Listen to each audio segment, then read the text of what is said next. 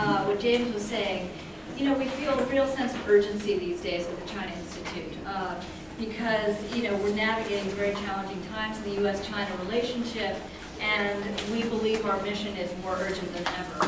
You know, basically, this is a historic time. We've got the rise of the second world power, and the United States and China are going to have to learn how to, you know, work together, understand each other, and play together. So we feel that we play an important role in that process. And you know, business traditionally has been the ballast that provides an anchor for the U.S.-China relationship through good times and bad. And so this business and economics conversation we're having here is incredibly important. And so I just wanted to say that. We feel a sense of urgency. We're trying very hard to bring U.S. and Chinese CEOs together to talk to each other, to talk about challenges they're facing, et cetera, and to bring Chinese speakers so that Americans can have a better understanding of China. And, of course, brilliant speakers like Bill. You are in for a real treat tonight. So not only is Bill Kirby a terrific China historian, he's also one of the preeminent experts on business in China, with a deep knowledge of the country's top business leaders. And in his 2014 book, Can China Lead? Reaching the Limits of Power and Growth, Bill and his co-author raised questions about whether political and social traditions might hold back innovation in China. So today he's going to tell us whether and how his thinking may have evolved. But what makes Bill's talent so really thrilling is his ability to put today's business and economic developments into a deep historical context. Bill the specifics are he's the Spangler Family Professor at Harvard Business School and the Zhang Professor of China Studies at Harvard University. He chairs the Harvard China Fund and the Harvard Center Shanghai, which he opened, by the way. And he served as Dean of Harvard's Faculty of Arts and Sciences. He's authored more than 40 Harvard Business School case studies on contemporary Chinese business, and Bill is a true prince. So you are up for a real treat tonight. Over to you, Bill. All right. It's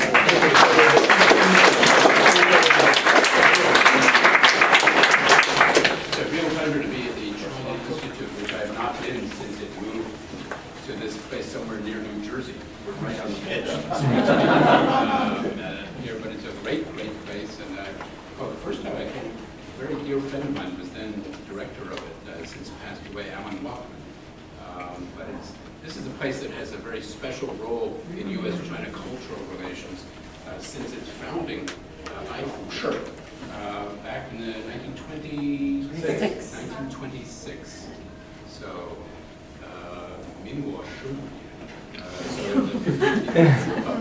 I might just interject before you start. We just actually posted on People Mission Millennial Vice Premier with Minister of Culture, and the Minister of Education, and they just actually said what you said.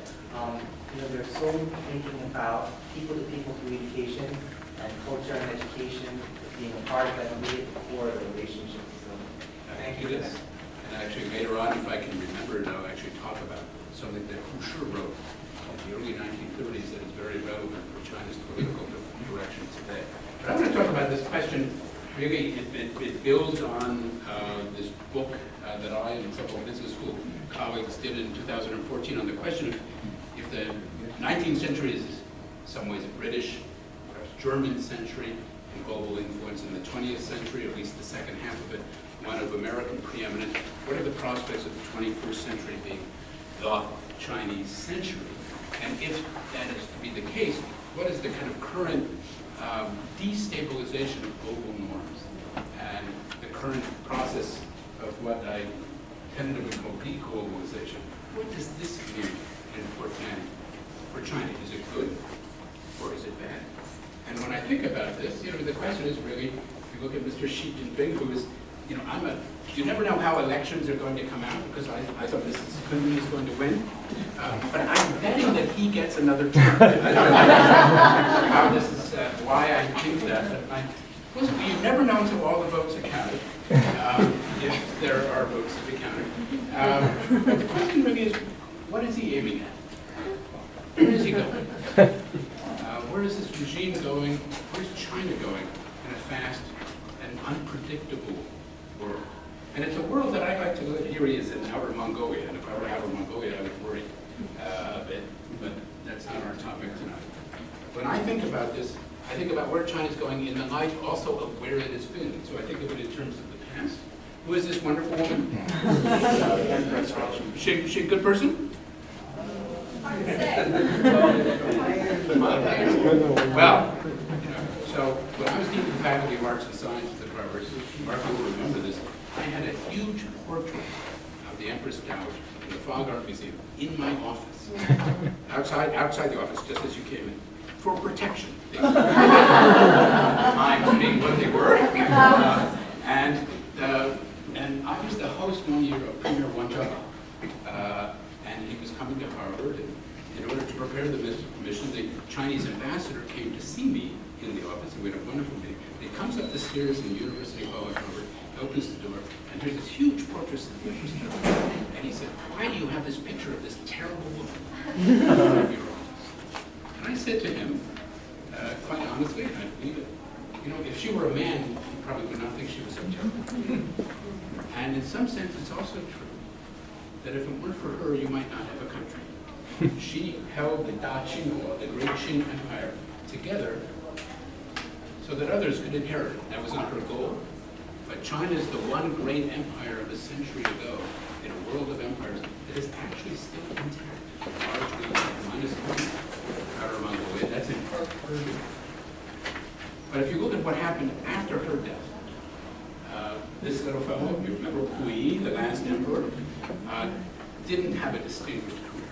He was followed by this gentleman, the first president of the Republic of China. And who is this gentleman? Yuan Shikai. I know him. Yuan Shikai, first president of the Republic of China in 1912. An extraordinary moment. The whole world is optimistic about China in 1912. Many people think that the 20th century is to be the Chinese century. He's president of a revolutionary regime of republic on the foundation of the 2,000-year empire. He asks the president of Harvard University, Charles Elliott, to send him a constitutional advisor to help write the Constitution for the Republic of China. And President Elliott sends him a political scientist, the former president of Johns Hopkins, a guy named Frank Goodenough. And Goodenough helps to write two constitutions for the Republic of China. The first one makes our friend Yuan Shikai president for life. And the second one would have made him emperor if he had not died first. This is Harvard's contribution to Chinese democracy. It's one of the reasons why we're not always asked for advice in these days.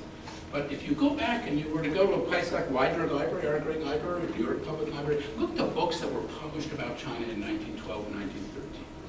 The Dragon Awakes. Sun Yat-sen and the Rise of China. Very good book about Yuan Shikai. Yuan Shikai, Sa vie et son temps. In French, very positive view of him. One on the ascent of China. One was called The Rise of China, an Inevitable if Unfortunate Occurrence. Today, we have books with pretty much the same titles. The Dragon Awakes, The Rise of China. Instead of Sun Yat-sen and the Rise of China, it's Deng Xiaoping and the Rise of China. One of my former students has written a book called As China Goes, So Goes the World. There's another book you may have seen, it's called When China Rules the World. So the one thing I want you to remember is the beginning of this talk, if you don't remember anything else, most of these books are garbage. Don't read them. Read mine. You can get in English, any fine bookstore, Harvard Business School Press. And here it is translated in Chinese, in Taiwan, excellent, if a little bit, a little tougher title actually, in Chinese. Not yet translated in the mainland for reasons I can't quite figure out. But many people thought that the 20th century would be the Chinese century. Let's take a little bit of a look as to why and what it means for us in the 21st century. Who is this gentleman? John Kai-shek. John Kai-shek. John Kai-shek. I always tell my undergraduates at Harvard, remember, 没有张介石就没有新中国. Without Chiang Kai-shek, there is no new China of the People's Republic. And I think it's absolutely true. It's not his aim, of course. But without him, he saved the country in fighting Japan. He doesn't fight the war with Japan and save China. China is not an intact nation state today. He saves it again, like the Empress Dowager, so that others would inherit. 95% of the soldiers who died fighting Japan fought for the national government. They saved the country only to lose it, as it were, to a group that only maybe 2 or 3% who died fighting the Japanese. But when I think of China today, every young Chinese learns that China stood up in 1949, and you could argue that that's certainly true in many ways. But it really stood up in 1945, when it defeated Japan, when it became a permanent member of the new United Nations, when it was present at the creation of the current international system at the Barton Oaks, at Bretton Woods. China was co-author of the International Declaration of Human Rights in 1948. China was a full participant in the international order at that period of time and benefited enormously and would much later benefit enormously from it. But the point here is China did win that war, and China became a great power in 1945. But it didn't do so alone. It needed help, and it needed to be part of an international system. Hence, we have the Flying Tigers, who went to assist China even before the American Declaration of War. There you have General Stilwell, with Chiang Kai-shek and Madame Chiang Kai-shek. Two of these three people really hated each other. Could be all three, I don't know. But nevertheless, they worked together for the common good. Never have Chinese-American relations been stronger, even at a very difficult time in mutual relations, than with the common enemy and deathly threat, particularly to China, of Japan, than during the Second World War. The Americans went to the communists as well. The communists got some aid from the United States. Here's General Kirby, President Roosevelt's adversary in Yan'an. And the other side of China, not the nationalists, but the communists, that is also part of world systems. It's not a uniquely Chinese operation. Here's Mao Zedong, of course, as a young man. Here's Peng Dehuai giving the international salute of the 1930s in Yan'an. General Peng Dehuai. Who is this guy?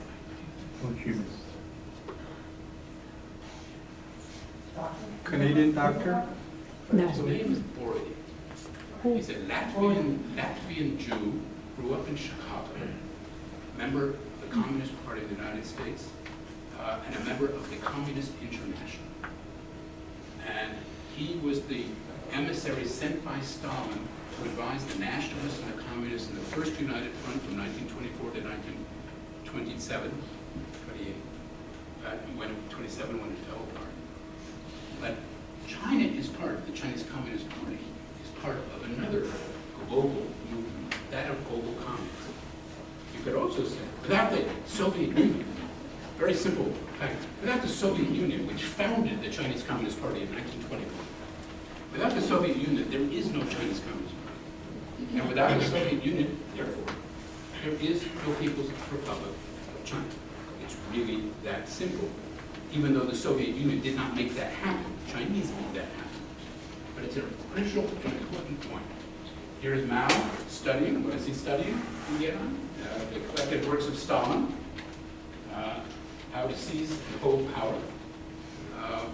And he's a loyal, despite difficulties, a loyal student of Stalin and a loyal follower of Stalin, at least until Stalin's death in 1953. And the People's Republic itself would grow up with an indelible, still as it has today, an indelible Soviet DNA. Here's celebrating the 50th, the 30-year Pact of Alliance of 1950, in a world that's divided between red and blue states. Half of the world, from Berlin to Canton, is part of the socialist world economy. China, we think of China in the United States as being isolated in those days, cut off, right? Blockaded. But in fact, China is deeply enmeshed in another world system, not that of the West, but that of the Soviet Union and the Eastern European brother countries. And China's industrialization in the 1950s is almost exclusively as a result of extraordinarily generous Russian and Eastern European aid through barter and credit arrangements and Russian advisors and so on. These two people hated each other, too, and we don't have time to get into how and why they hated each other. Their personal relationship is one of the large reasons one could argue that this alliance fell apart. And indeed, this alliance is so important for the formation of the Chinese Communist Party and for the building of New China in the 1950s and the protecting of it against the Americans. This alliance fell apart in the 1960s, and you could argue, we can talk about this in Q&A, that nobody did more to destroy global communism as a unitary movement than this guy on the left, Mr. Mao Zedong, when he broke with the Soviet Union. In any event, internationalization, being part of global systems, is essential to the foundations of China's great power status, both under nationalism and indeed under communist rule, but not just in the last few years, more than half a century ago. And if you just look at the standing committee, the current standing committee of the Chinese Communist Party, you can see they stand very well together. What to do? They have the same things, they have the same tailor, same hair colorist. There's nothing in Confucius or Mencius about having a standing committee. It's a Soviet idea, and it is a Soviet political system that we have in place for the people of China. It's not to criticize it, it's simply to give you a historical fact and the strength of international ideas in China today. Same is true outside of the realm of politics and business. Here's Shanghai in the 1930s, when Shanghai is the great cultural, economic center, not just of China, but of Asia. Far more important in economic and cultural terms than Tokyo, certainly than Seoul, let alone that colonial backwater of Hong Kong. It's home to the first golden age of Chinese business, of Chinese modern capitalism, and home to the first Chinese middle class, or at least to middle class aspirations. And I was reminded of this a number of years ago, just a few years ago actually, when I went to Dongbei, to Harbin. I flew to Harbin, where in the winter you get out and there's an ice sculpture waiting for you. And I took a 4-hour car ride. It's actually on ice, it's more like a luge ride, to a place called Yabuli, to be hosted by the Zhonghua Qiejia the China Entrepreneurs Forum, a place where the leading private business people of China gather every year away from the eye of the government to talk over what's going on. And it's a remarkable group of people. You know some of them, Ma Yun, Jack Ma down here on the left, Winter's working, but there he is right there. Chen Dongsheng, who was then the chairman of it. But an extraordinary group of entrepreneurs who are leading China and helping China in entrepreneurship, having the prospect of leading it. They even invited a foreigner to speak. The best speech by far was Mr. Chen Dongsheng, who reminded them that they were standing on the shoulders of an earlier generation of Chinese business people who built up the economy, built up modern enterprises before the revolution. Most of it then destroyed or pushed underground, but now entrepreneurship, private enterprise back, and in a powerful way in this second golden age of Chinese business. And I was reminded of this in one of my Harvard Business School cases about this place, Wanqiang, in Hangzhou. Mm-hmm. It's a place that started a business in 1969 in a people's commune during the Cultural Revolution. So is 1969 a good year to start a business in China? Not so much. The worst year in Chinese history to start a business. And Mr. Lu Wanshou starts this business having been nearly imprisoned. He was born in the Republican period. He was born to be a businessman, has it in his DNA to be a businessman. He just happens to be born at the worst time in Chinese history to be a businessman, so he's constantly threatened or imprisoned, or threatened with imprisonment. And so finally, he gets into, he starts this thing in People's Commune to do tractor repairs for this commune, a commune that had starved during the Great Depression. In 1979, he gets into the state plan, the only private or at least non-big public company to get into the state plan to make universal joints for cars. What is a universal joint for a car? Does anybody know? Does know how to drive it because what a car does? John, you know? That's the wheels of the plane. Yeah, yeah. And it allows power to go in multiple directions. And anyway, my undergraduates have to be told that a universal joint is not something that you smoke and pass around. This is the place in 1969. This is the place in 1979. This is the same place today as is the largest automobile parts manufacturing company in the largest automobile manufacturing country in the world. They have now owned some 30 American companies that saved tens of thousands actually of American jobs in this industry, investing in it when nobody else will. And they're about to come out, they're coming out this year, you can buy this year. They are making a hybrid sports vehicle. They bought the American company Fisker and the American battery company A123. And this Karma, as they call it, is for sale now. And I can get you a deal. So this price is $130,000 US, not renminbi.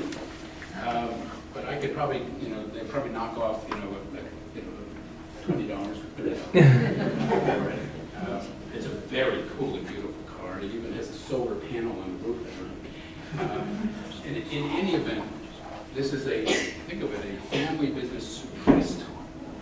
Like all family business, rising once again to be a great, still today, family business.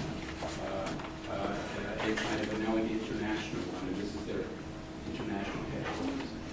So in entrepreneurship, you have a long tradition that we see coming back today. It's not new. It's reborn and re-energized. Lanshan being one example. And the same is true of education. As some of you know, until 1905, Chinese took examinations in compounds like this, in the old imperial examination system. This is outside of Nanjing. And you would come through that door as a student. You would go into one of those cubicles, and you would stay for 3 days, and you would bring your own food, your own water, and your own waste bucket. And the only way to get out of this compound is to die, because it's sealed. And if you died, sadly, they would just throw your body over the wall. So when I hear students complain about SAT or Cal, I say, you have no idea. To my Chinese students, what your ancestors had. But here too, you see change. In business, there is a significant business that begins in the 1920s, 30s, 40s. Or today in China, it does not have an international dimension to it. And the same is true of university. Here's the gate of Tsinghua University, founded in 1911 as a place to send Chinese away, as a prep school to send Chinese to the United States. It becomes a comprehensive university modeled on the university in architectural terms, the University of Illinois at Urbana-Champaign. This is almost an exact replica of the Grand Auditorium in Urbana-Champaign. There are interesting reasons why that's the case, but I won't go into it. And you can see here, this looks like a Midwestern campus. So my teacher and graduate student, I was his last student, John Fairbank. John Fairbank learned his Chinese history at Tsinghua University in the 1930s under a great Tsinghua historian named John Ting. You can see here the architectural and intellectual foundations of every Chinese university today are international in origin.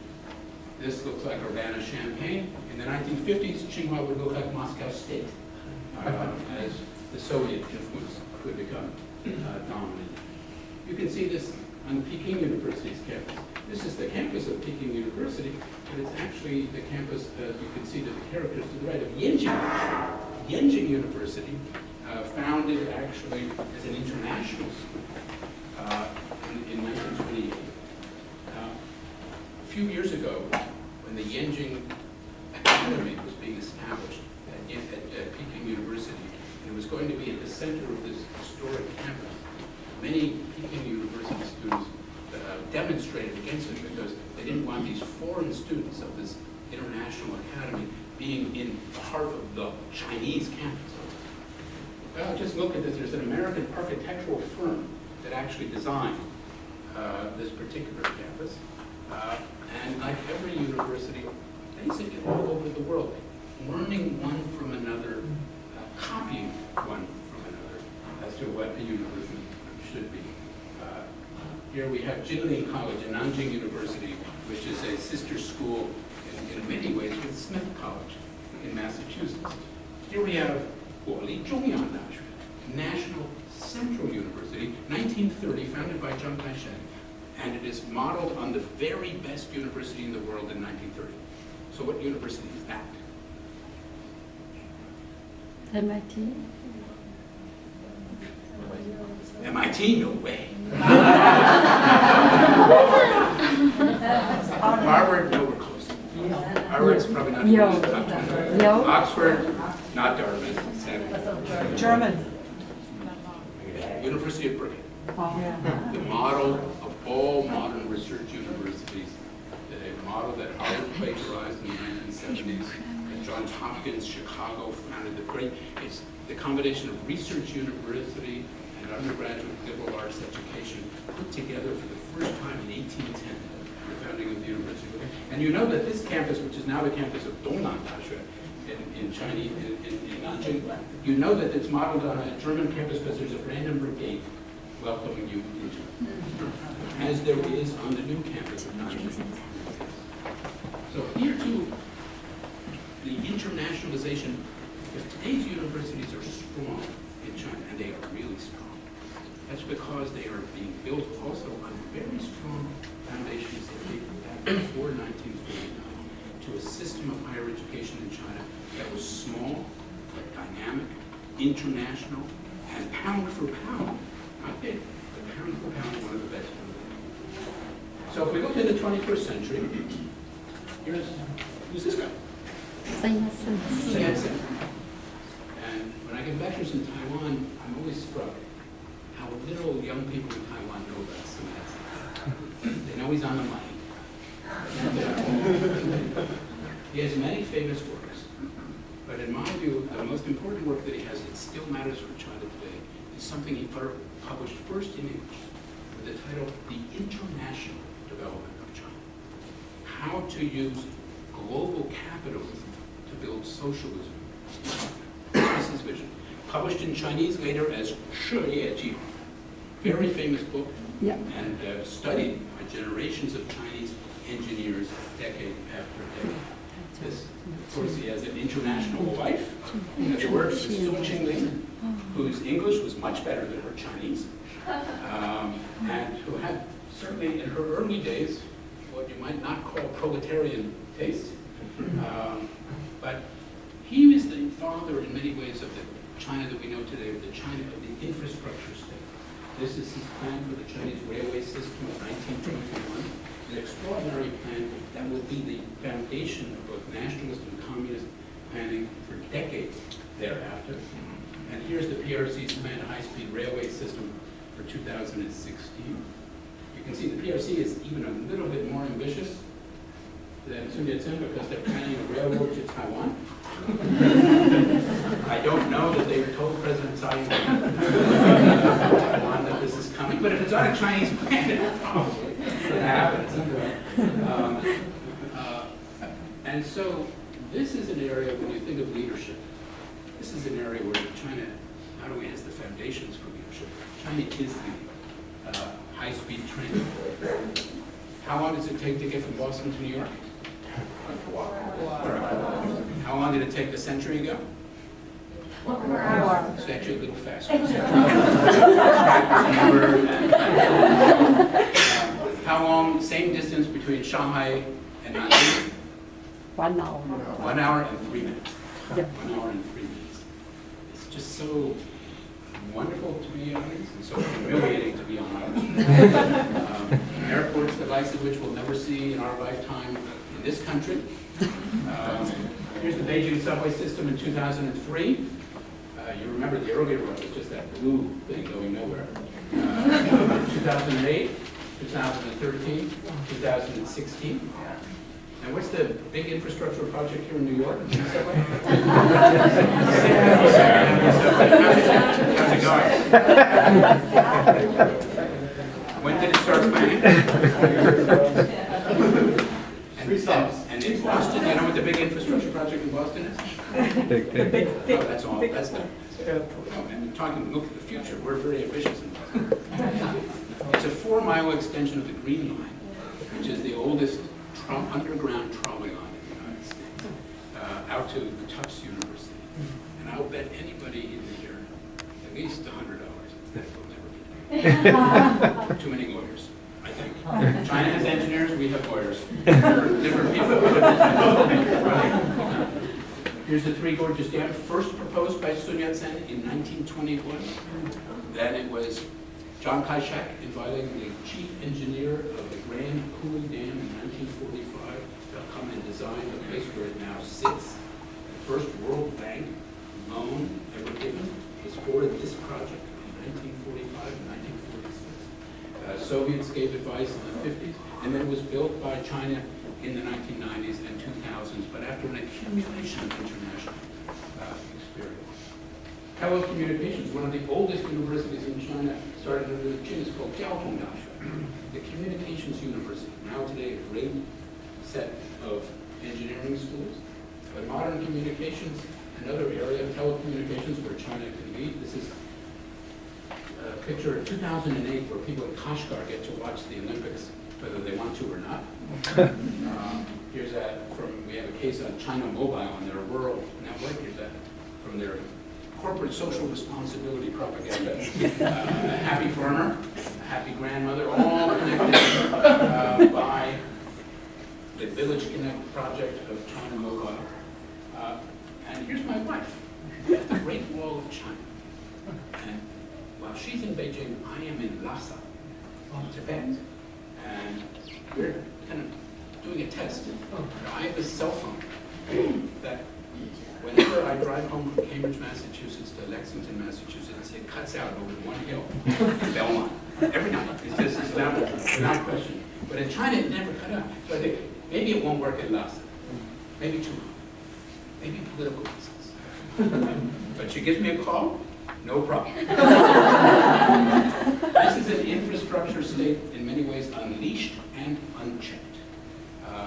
Still today, and if you want to ask, can China lead in infrastructure? No, but China is leading, and by a huge margin. And this Idai-Ilu, this One Belt, One Road, is really an export of excess infrastructure capacity, among other things, in different parts of the world. Entrepreneurship. This is a different form of entrepreneurship, agribusiness. But both Chinese and international, the most dynamic company today in the Chinese agribusiness sector, in my view, is an overseas Chinese company that left Guangdong in 1921, went to Thailand.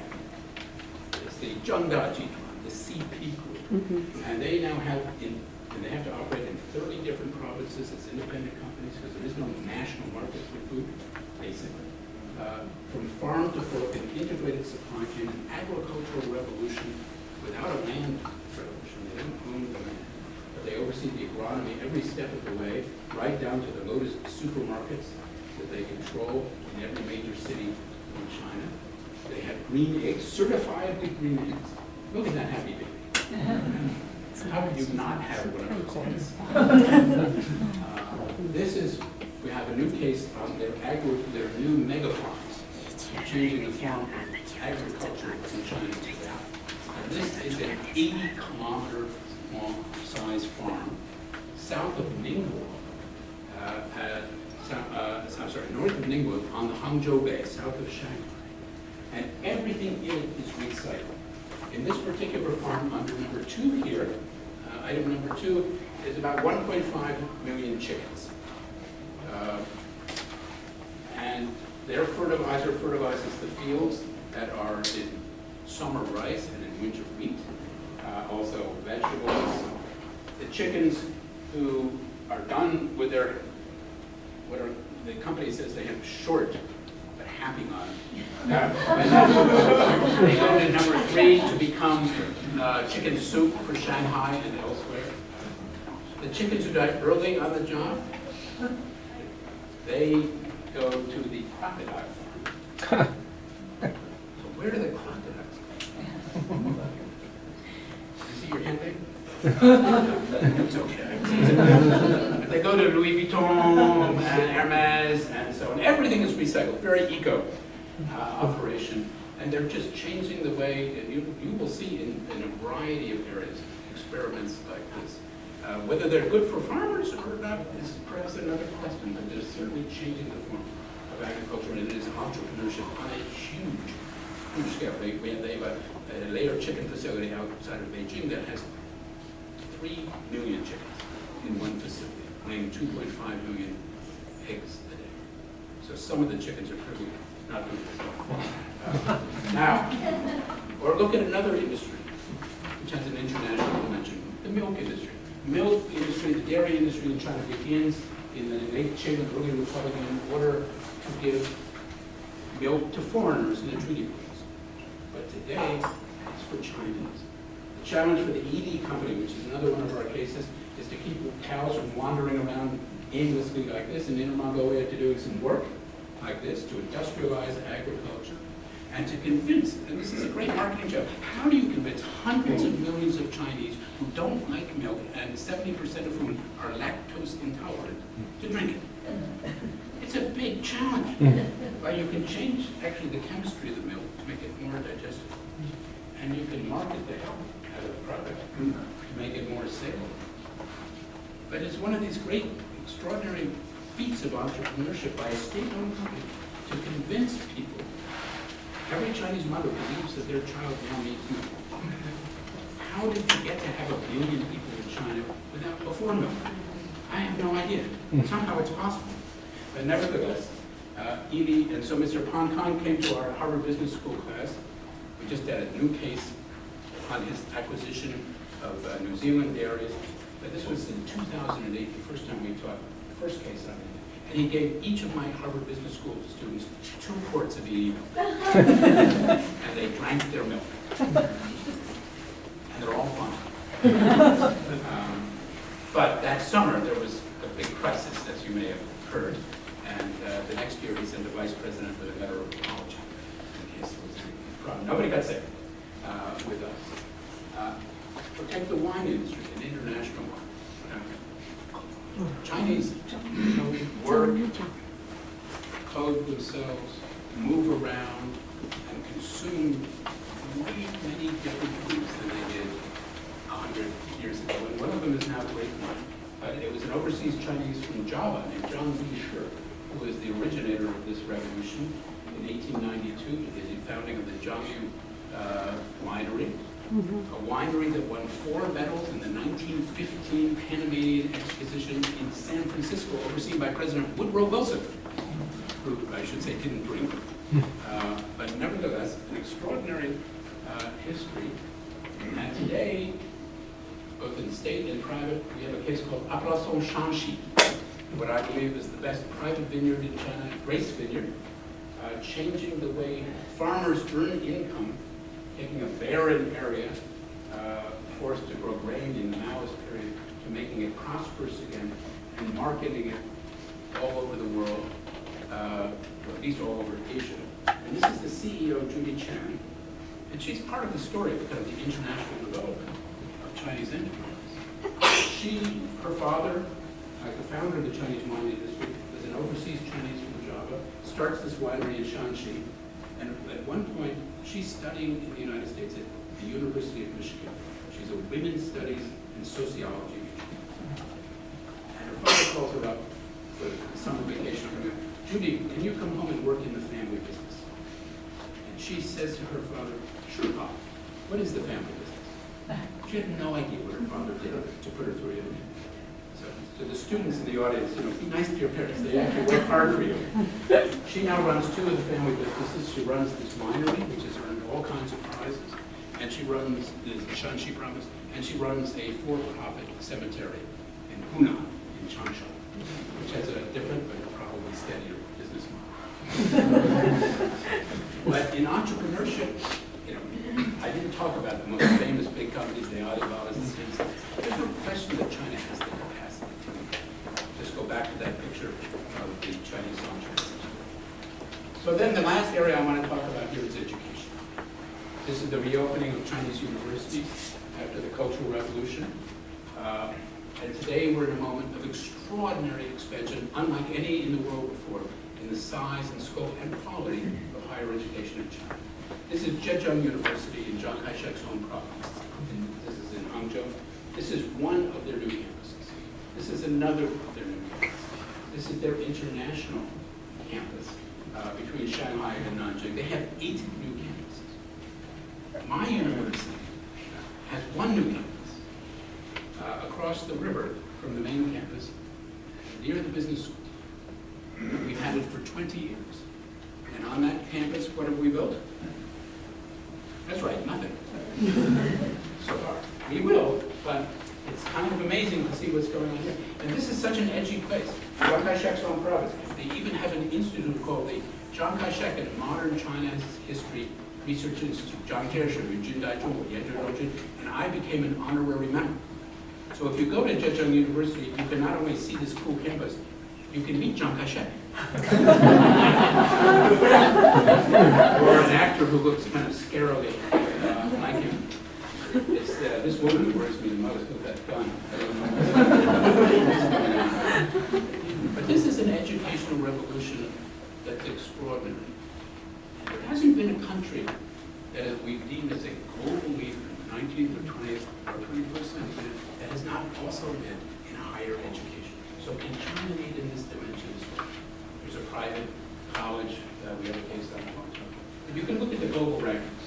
Peking University and Tsinghua University are now in the top 30, according to the Times Higher Education. Moving up very fast in every single ranking, including the U.S. News and World Report.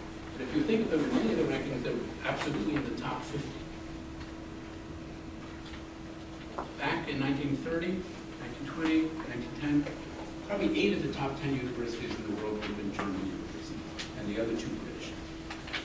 Today, not one German university, by any ranking, is in the top 50. The world changes, and it can change pretty dramatically. And this is in part why the world of universities is now coming to China. University of Nottingham having built a campus in Ningbo. University of Liverpool in Suzhou.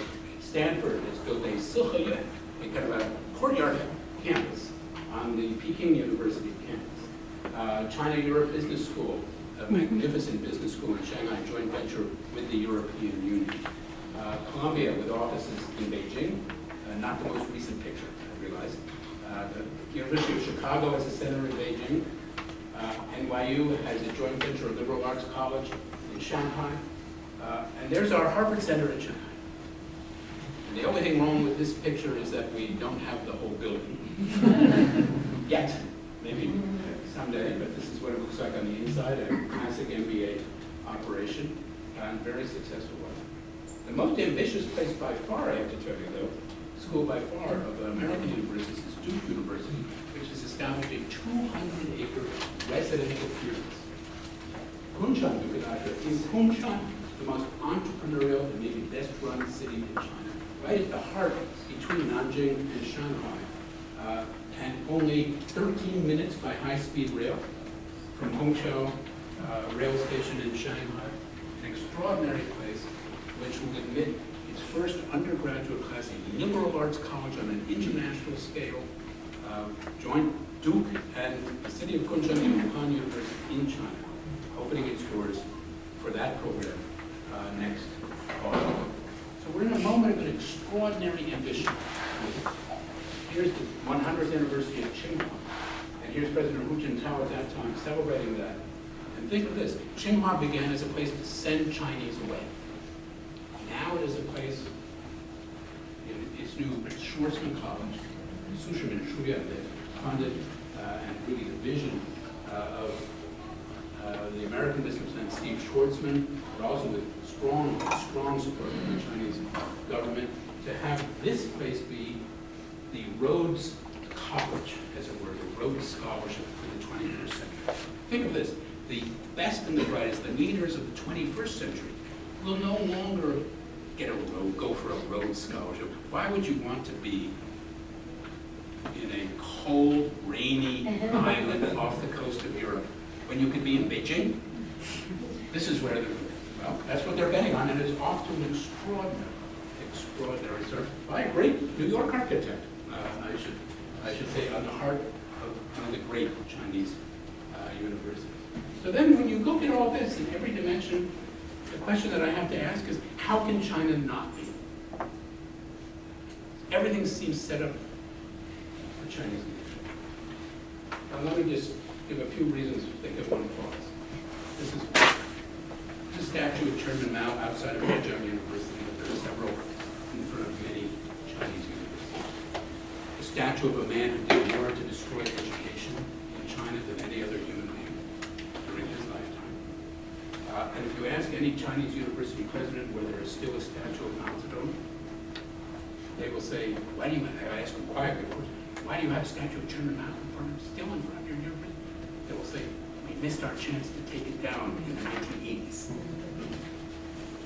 But it is a symbol, and in a moment in which people are once again studying his works and forced to memorize kind of a comic book version of the history of the Roman country that reflects his achievements.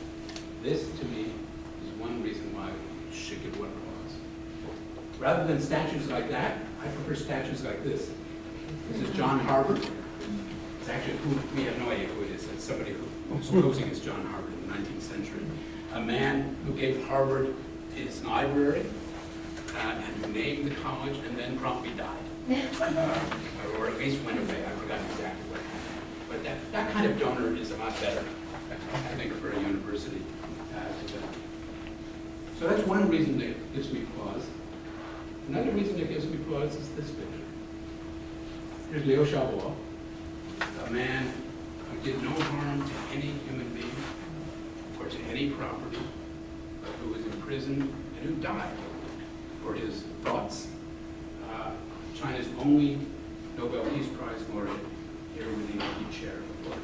A source of what will be for subsequent generations until it is writing, a source of unhappy and deep shame, and utterly unnecessary. But China is in a world that's changing fast around it. We've been in a world of greater globalization. Here we have this idiot celebrating the demise of the European Union as he sees it. Marie Le Pen in France. We have anti-globalist movements and neo-authoritarian movements everywhere. Mr. Putin, I tried to choose the most flattering picture that I could. Or Mr. Jin, Mr. Kim, known in Chinese as Jin San Pang. Kim, the third, the fat one. Also a real smoker, too. Mr. Xi, who is turning into the most authoritarian ruler. We shall see how this works, but certainly has the capacity to be so. Since Mao Zedong, commander-in-chief, the core, perhaps soon to have Sixia, thought, as Chairman Mao did, and a centralization and a cult of a leader of a kind that we have not seen in China for a very, very long time. But not just there. We have this guy, Mr. Trump, and let's just stop for a moment to see what he's saying. If we can do it. You're fired. Let's say China. China, China, China, China, China, China, China, China, China, China.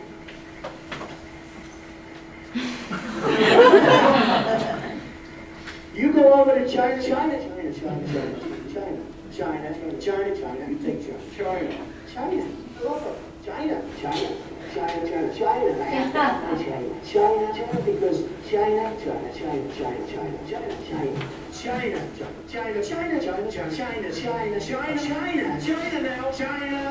这是睡觉。 I know China very well. 很多 China 他放起来一起去， China.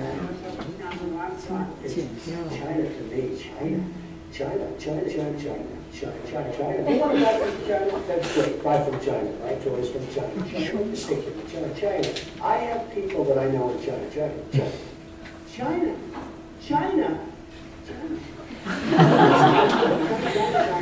I've been saying China.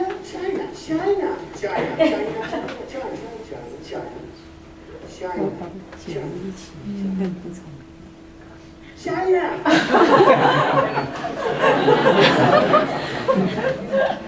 So he's got China on his mind. He's going to go there in 3 months. God help us all. No, I'm very hopeful that it will go well. But we have a world that is changing rapidly around us when one thinks about it. A world, a China that has been built in many ways, even in contentious times, international connections and connectivity. A United States that has become prosperous and powerful because of, not despite of, its role in the world. Now increasingly into blocks worried about who's winning and who's losing in every single deal, as it is called. This is not good news for China. It may not be good news for the United States. And so when one thinks about it, of course she's the only one who's hanging in there internationally, but she looks a little worried as well. So when one thinks about this and one thinks back to what this means, can the 21st century be the Chinese century? Of course it can. But it cannot be China's alone. China cannot prosper, cannot defend its core interests actually alone. China, when you think about it, and people in China very often don't understand it, see it this way. If you look at it from a historical point of view, China today is in the best strategic position of its modern history. China has no enemies. No one threatens these borders that were threatened in Qing and Republic and even in PRC. No one. Not Japan, which hasn't fired a shot in anger in more than 70 years. Taiwan, I don't think is about to recover the mainland.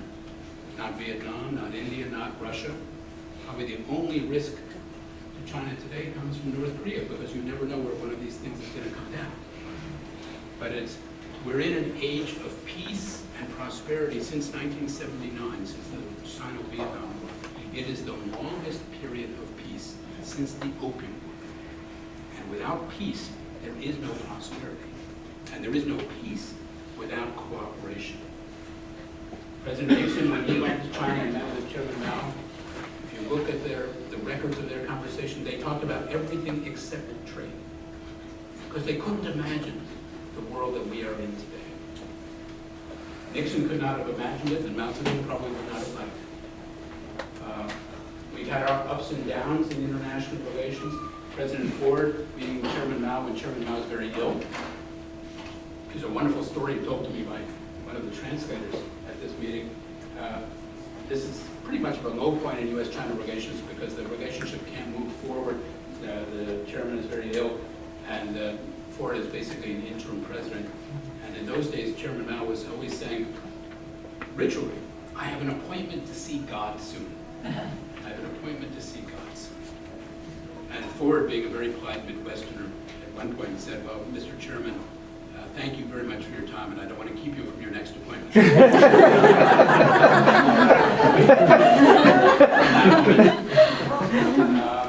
With great leadership, President Carter, with a courageous recognition of the People's Republic in 1979, that probably cost him the presidency, or was among the factors that did. With Deng Xiaoping here, the Reagans visiting China in the 1980s, there has been the first President Bush in Beijing, President Clinton in Beijing. This is a sartorial pair. But despite all our differences, and there have been multiple ones over this period of time, the commitment on the part of our leaders to make sure that cooperation remains paramount has been striking, and is to the credit of all of these leaders, President Obama and President Hu, President Obama and President Xi. President Trump took a while to get going on this because he first called the wrong Chinese. Went in row with ex-China, China Republic, Republic come before People's Republic. No, it should go the other way around. Anyway, but in time,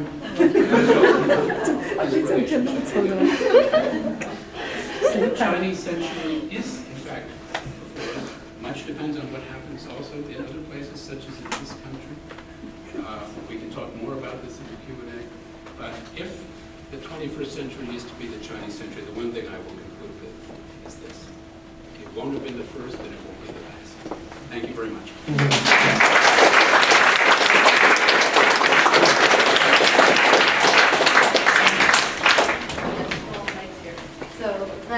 That was amazing, Bill. Thank you so much. Again, putting it in this incredible historical context. I'm going to just ask you a couple of questions, and then I'm going to open it up to the floor. So I hope we'll prepare some challenging and interesting questions. I guess the first question I have for you is about, that dynamic of the United States and China at the time of rising second global power and what will happen in this scenario. I'm wondering what you think the United States, we all talk about this specific danger of the Thucydides trap and the danger of possible war, etc. What will the United States have to do, and what should the United States do to kind of adjust to the fact that there's a new power in town?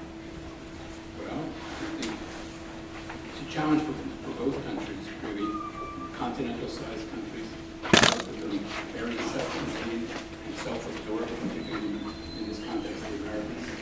So it is a real challenge. It's a challenge for education, it's a challenge for political leadership, because the United States cannot prosper alone either, without question. We can't closing our borders, the wall, this is not the way in which this country can go forward. It's one way of going backwards, very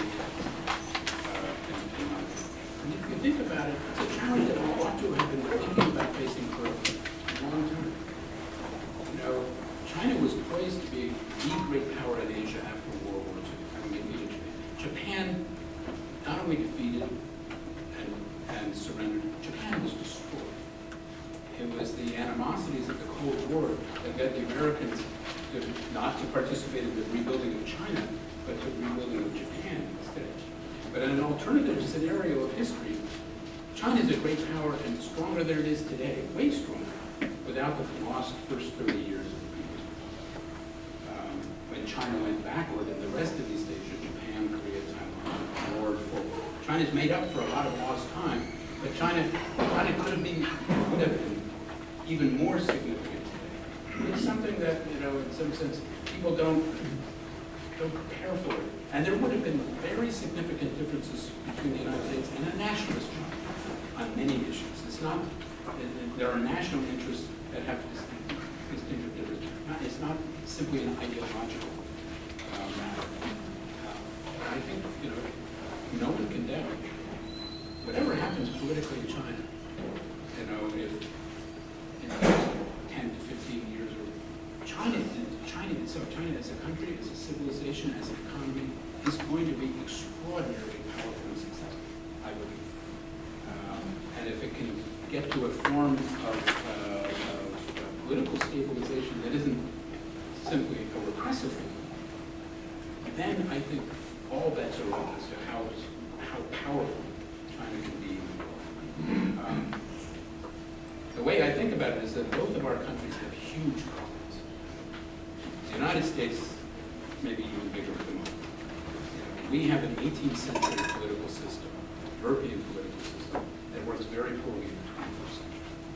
China has an early 20th century European political system that also has major challenges. There are good reasons why it doesn't exist in other parts of the world. China will have to find a way at some point to go beyond it, back to something perhaps more historically Chinese, or some different combination of Chinese and international. At the same time, it seems like China is, at least in terms of economic sort of insights, China seems to be better at looking at its own challenges and faults than we are at looking at our challenges and faults. Right? Would not very good in the United States at looking at sort of what might fundamentally be the challenges that need to be fixed in terms of our system. It's a great question. I think you can talk more about what's wrong in this country, but you can do less about it. It's a good point. In China, in certain areas of social and economic policy, no question that China has the capacity to act where the American government does not seem, like in the infrastructure, have the capacity to act. But very few countries are honest with themselves about their own past. In our country, it's very difficult. In China, in this regard, I think things have gone backward. You can't talk about the problems of the 50s and 60s and 70s. Therefore, you can't learn from those problems. I think the only truly honest historical museum I've ever been in is on Untitled Chapter, the German Historical Museum. But it's one of a kind. So it's a challenge for us. A couple of questions and I'll open it up. How do you think Americans most misunderstand China? And the same thing for the Chinese side. How do you think Chinese most misunderstand the United States? I think the biggest way Americans misunderstand China, even the best journalists, is to assume that something is China, when it actually might be Zhejiang, or it might be Shandong. It's trying to say the whole country. This is China. So the New York Times, which has superb reporting, they'll give you a story from Yiwu, China. Now you have no idea where this is if you know anything about China. If you don't know anything about China, maybe it doesn't matter. But it's a kind of a one size fits all. This is a snapshot of China. China is a place not of one national economy, but multiple huge historical regional economies that are the size of European economies. There's different cuisines, there's different cultures. People move around much more than they used to, but it isn't all the same. Just like, thank God, New England is not like Texas. So the sense of differentiation, and it's kind of the fact that there's one strong Chinese government, that there's one time zone in China, this should not keep us from understanding that this is a complex, differentiated place that will develop in different ways over time. And anyone who's dealt with different local governments in China know how extraordinarily different they can be. Some of the best in the world in local economic development in some places, and some not so good. Not unlike here. And what about on the flip side? The Chinese seem to, your average Chinese person seems to know a lot more about the United States than the average American knows about China. But how do you think they misunderstand America?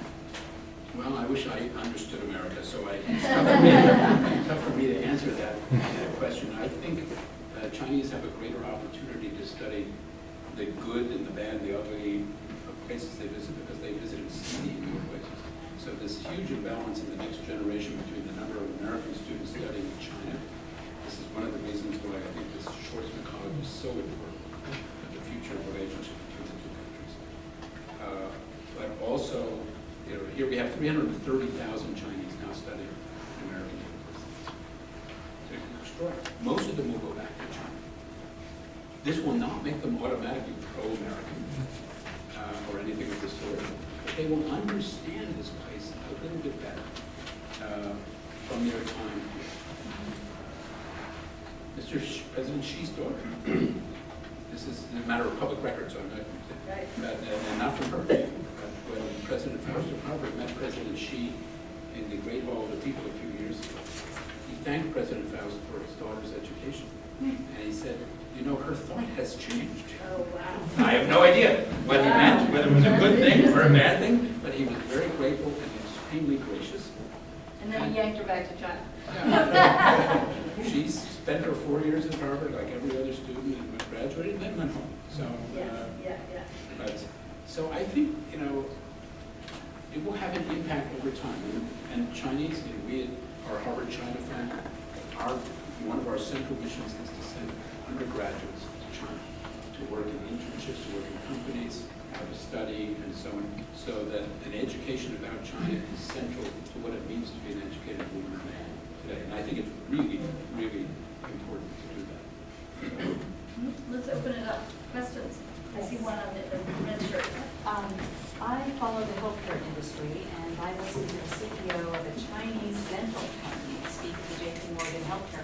earlier this year, and he made the observation that the healthcare industry will be $1 trillion in size by approximately 2020.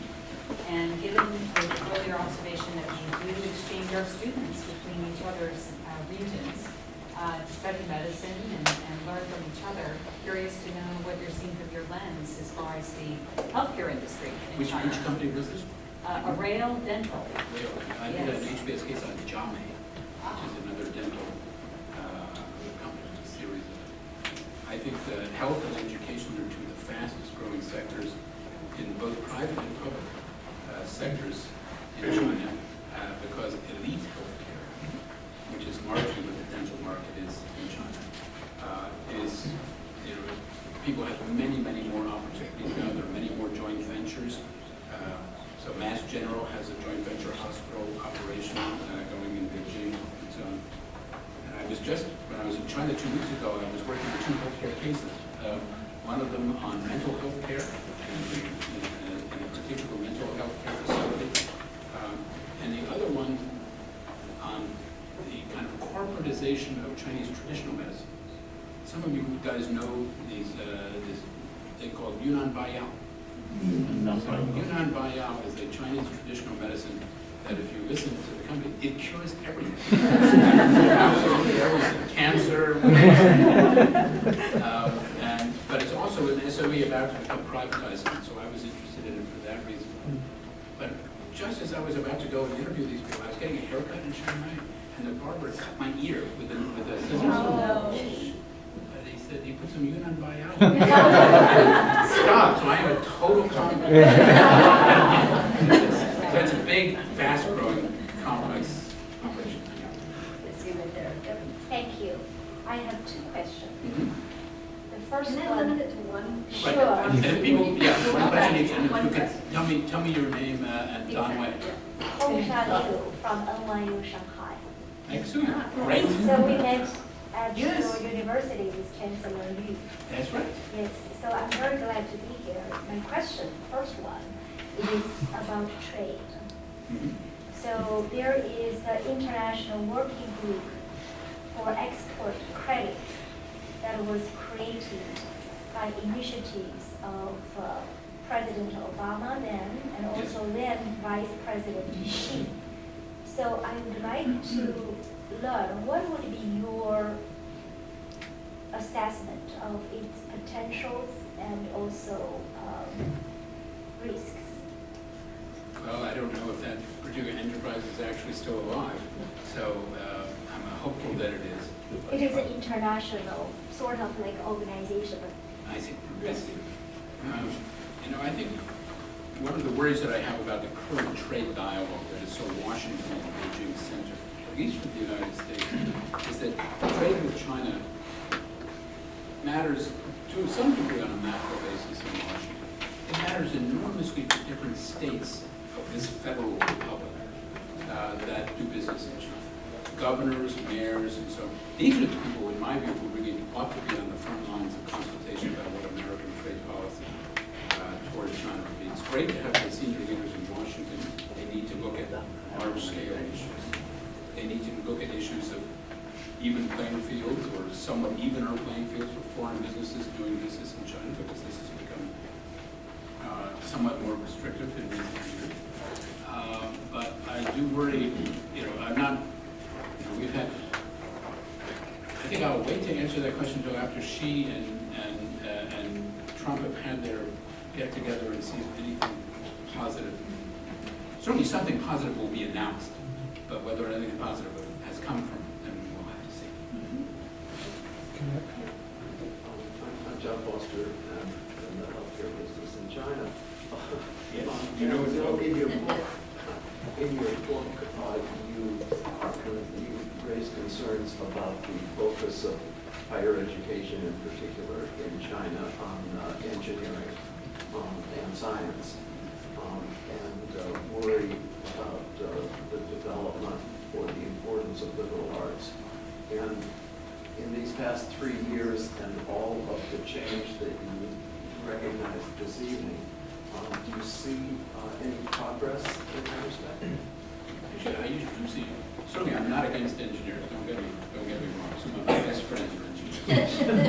And I think, the China we know today is built to considerably create that very vision. But the leaders of some of the best engineering schools in the world, Tsinghua is one of them. If you look at a Caltech or an MIT, they are also high, and Stanford, very strongly concerned with broad as well as deep education, with making sure that there are the foundations of a liberal arts education in the next generation of scientists. And Chinese leaders are doing this. They really do. You see the strong support of the Schwarzman colleges. And you can see the Wenpei program at Peking University, which is liberal arts college at Peking University. There's a Xinya College at Tsinghua University that is the same. There's been strong government support of Kunshan University for the liberal arts college of NYU Shanghai. Now, some of this is rhetorical because they believe our propaganda about why liberal arts are the Harvard or Yale or Columbia, why it's the foundation. But it really, they believe, and I think it's true, that the next generation of leaders should not be narrowly trained in the last best technology. For example, if you remember the standing committee, that picture I took, only one of those people had ever studied abroad, and he got his degree undergraduate in economics from the Kim Il-sung University in Pyongyang. They have higher aspirations for the next several generations of leaders, and they will have broader, but they want to have people who understand how to solve problems, who understand what they don't know and how to find out, who understand how to ask questions, who are educated and not trained. The kind of the difference in Chinese between having a deep and broad jiaoyu as opposed to a kind of a narrow shundian. And they really do believe it. The difficulty is at the moment, at the time of the strong political is that 2 years ago, the then Minister of Education said that there were 7 things that you could not talk about in the university, including the early history of the party, civil society, Western this and that, and so on. And whenever I go to China, I say this in Chinese universities. A great university, even though it's difficult, I know, a great university has to be a place where there isn't one question you can't ask that I won't say. So if anything, what you don't want. Who did you say that to? Sorry? To university presidents and party secretaries. Yeah. And they understand. They do understand. What you don't want, the talent that goes into China's great universities is among the best in the world. The best students I've ever taught, some of them are in Chinese universities. You don't want those people graduating, with, knowing that what they are told is true and what they know is true, the distance gets greater every day. You get, if that happens, you graduate 2 types of graduates from these great universities: cynical people or opportunists. And there are a lot of cynical people and opportunists in every society, but that's not the right way forward for China. And I think that this progress actually will deepen in time, but there will be setbacks on the way. Woman right there? Yep. Thank you very much. I'm an undergraduate student at Barnard College of Columbia University. I am from China. I'm a student of interest in Where in China? You see, you can't just say China. Exactly. What's your job? In Mongolia, actually. Okay, so now we're getting more to it. So I felt a bit of family feeling when I saw the picture of Mr. Xi and yes. Yeah. So my question is, I'm interested in the topic of social inequality. As China moves on, China's economy is evolving. We see the gap between rural and urban more significantly than ever. And also, this summer, when I went back to Beijing, I saw there were so many migrant workers who work as hard as everyone else in China, but they just cannot get even resources as people who are privileged, as I am, for example. So my question is, social inequality is an issue really shared by most economies right now. Are there any advice that you will give that probably what kind of joint effort can U.S. and China contribute together to tackle this social inequality problem? Thank you very much. I'm not sure that there's much they can do together. The U.S. has enormous problems in this area. China has an even larger disparity. And if you look at Gini coefficients,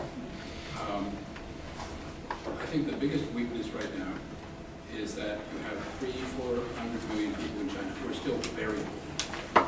They're mostly in rural areas, they're mostly working the land, at least as part of their job, and so on. And the chairman of that agribusiness that I showed the pictures of, the CP group, Chairman Xie, Mr. Xie, he has a saying that I like to quote: "A rich country cannot have poor farmers." And if you look around the world, the rich countries all have pretty well off agricultural sectors. Japan, Taiwan, France, Germany, the US, Canada. I think they're subsidized, but there are a lot of things about it. But in China, sadly, the one social group that has suffered the most from 1949 to the present are farmers. And why cannot they be part of this grand and wonderful new economy? Property rights. They don't own the land. They own the land, which is the most valuable commodity in China, the scarcest, enduring, valuable commodity. If they owned the land that their ancestors had was taken away from them, you would find an agricultural sector that wouldn't have to be just subsidized, but also could monetize some of what they have. China has a potential cadre of potential U.S. and Western Europe together of consumers in numbers in its own borders. If rural policies, healthcare, education as well, but property rights, more than anything else. That would be my one magic bullet. And it might as well be tried because the situation is not going to get better on its own. Quick question about China-wise, how different would it Introduce yourself, please. Yeah, John from Department of Justice. How different would it be if the national government remained until right now, or the Cultural Revolution had not happened? So would China be still the same as it is now, or different? Two, how China will react to... One question, sorry. Okay, on that, who knows? It's a great thing about historians are really great at predicting the past. Not so good at the future, not so good at counterfactuals. But, you know, the one thing I did a study once of U.S.-China negotiations of 1943 to 1946 of the Treaty of Peace and Trade and something commerce, peace, commerce, and something between China and the national government.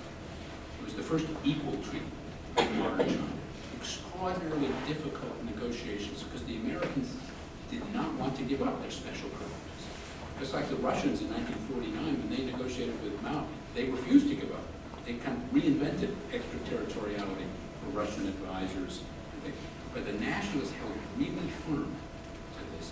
They fought the Americans every way. The nationalists wanted to build up a strongly nationalist economy, not a state-owned the first Chinese 5-year plan of the PRC was on the drawing boards of the nationalist government. So many things you wouldn't have had, great leap forward. You wouldn't have had a cultural revolution, but you would have had a highly nationalist, state-run economy to a considerable degree, in many ways at odds with American trading interests. But the nationalists negotiated so hard that they forced the Americans, in order to sign this treaty, to get rid of all of the Chinese exclusion acts and discrimination acts in every American state, and they had to be repealed before. And it's a remarkable feat of Chinese statesmanship to get this done. So I think China's the United States under the nationalists. We would have had big differences too. I don't think they would have been quite as big, certainly not have been as big as they would be between 1950 and 1972. But there would have been some strong challenges. I see this gentleman in white. I'm Zach Dykewald, I'm the author. Thank you for sending me your thing. I brought it with me too. Okay, great, okay. I was talking with my friend over at Beida about this, and they brought me this question to ask you. And there's a lot of different ways to compare China and the United States. Gini coefficient being one of them, Gini per capita being another. What about the sense of opportunity? My friend calls it the opportunity coefficient. A sense of optimism within the country, particularly amongst its young people, that not just upward mobility, but they can create the lives that they want. How would you compare that from you deal with students from both countries, David, from the US to Not China? an easy question to ask me, because the students I deal with mostly have this extraordinary set of opportunities because they're in these incredible institutions. But I think I would worry about the trajectory is more in China's favor in this regard, because the number of Americans going to college, university, flatlined as a percentage since the early 1970s. So, and it's the biggest difference in income and opportunities, whether or not you graduate from a university and are employable at a somewhat higher level.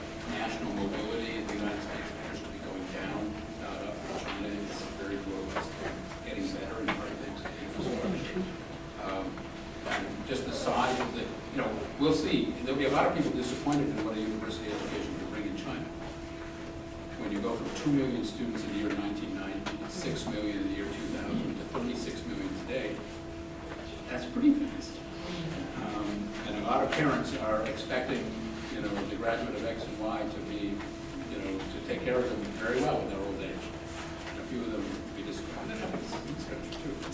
But I would say right at the moment you have still this broad sense of opportunity in China. And to the degree that China is more rather than less open to the world, those opportunities are all over the world. Working with in Africa, in Europe, in the Americas, and so on, and the rest of the world coming to China. And China has, apart from the Westerners who invest in China, China has the greatest extra resource of any country, which is the talent of overseas Chinese, who can be there in part or in whole. Chinese universities, when they're looking for whom to recruit, they have a whole world to recruit from. That the Russians, for example, don't. And they have one other thing, that is this circularity of talent. If you look at the people who have led Chinese big companies from the beginning of the last century through today, most of them have had some education abroad and brought it back to China and really brought state-of-the-art operation. If you compare China, I would compare China to Russia in this regard. When people leave Russia, they really leave Russia. They don't come back. When people leave China, they mostly come back and re-engage and help change things. We have time for one more question. Adi Ignatius, Harvard Business Review. You talked about how, to be a great university, you can't have the one on the 7 questions that we discussed. The flip side of that is, we all know stories of Western and, let's say, American academics who, censor themselves, in order to keep avenues, to keep research avenues open in China, to keep funding coming from China, aren't forthright, aren't asking some of the tough questions, aren't keep us relationships alive. I know we live in a real world, it's complicated, but that doesn't seem like a good model for, the ideal you're talking about. What's the answer there? The answer, in my own experience, I'm very frank in a public audience in China as I am here. I'm polite, also. I never want to embarrass my hosts, but I have a responsibility. I'm a historian, and I have a responsibility. For example, a few years ago at Nanjing University, I gave a series of lectures, named a lecture series on the history of the Republic of China and the history of the People's Republic. And I gave as detailed a set of alternative explanations as you could give for the breaking forward famine, or the Cultural Revolution, things that are not taught by and large. And interesting to me is that these students knew this history. They were good students at a great university, but it helped that a foreigner could come and legitimize the discussion for a week at this time. And I think that's part of our responsibility. I am so in admiration of how China has developed over time, and how it can be built, and so in admiration of the people who lead institutions like mine in China, and who have reformed them to make them great centers of global education. So I'm sympathetic with their challenges. and I will never embarrass them. But on the other hand, the kind of things that I talk about, they all know. Someone has to say it, and it's easier if I say it than if they say it. That's how I view it. And I have a passport. But I know, but I'm very serious about it because we have this center in Shanghai. I don't want to do. But look, you have to do academic business in China on the basic way you would do any business in China. There are ways in which you have to adopt local circumstances. There are ways in which you can phrase and organize and do things differently. But if you sell out your values, either as a business person or as a leader of the university, then you are really toast. It's not worth doing. Whatever the fine lines are, and there are different lines. But I think, I know the people I work with in China growing up, I admire them enormously. I want to help them and not hurt them. It's not my business to determine the future of China's polity. That's the business of Chinese to do. I can give my opinions, which are at least as critical at the moment about things in this country as they are in China. So, but I think it's our responsibility. Thank you, Bill. That's an amazing way to close the program. And please do